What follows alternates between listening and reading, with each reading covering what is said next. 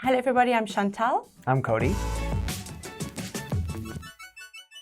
This is Unit 6, Greenland's Choice.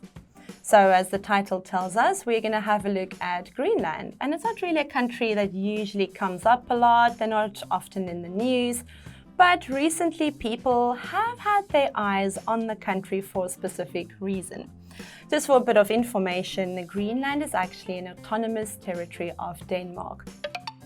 Autonomous. Autonomous.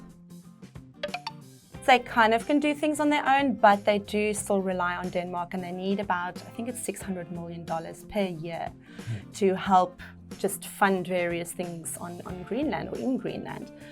But yeah, the Greenland does have an industry. It's largely relies on fishing.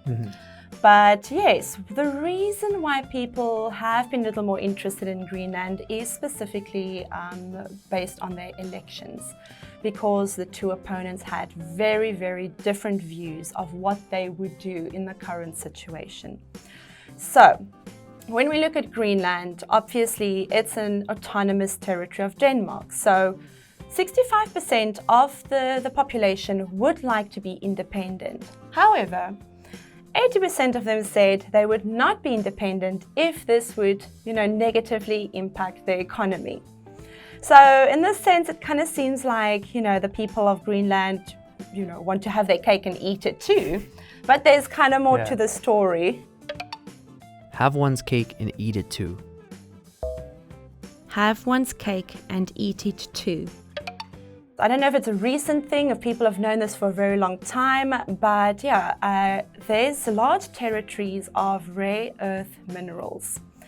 And at the moment, the whole world heavily relies on China for these minerals.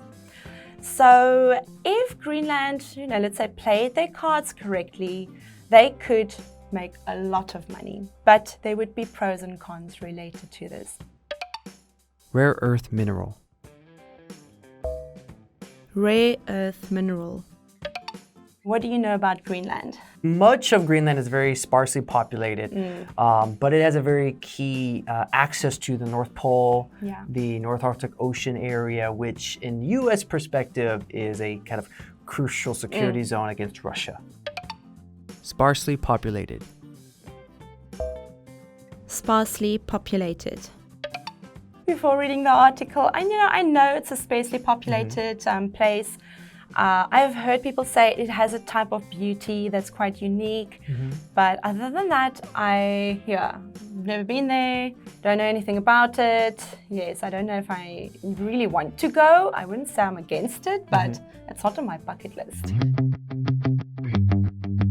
And now for the language focus. First up is a verb of perception with as if. For example, it seems as if Sarah really loves her new job. And for mine, in vain. So for my example, I really tried not to drink coffee this week, but my efforts were in vain. That's it for our preview section, and please join us for the review.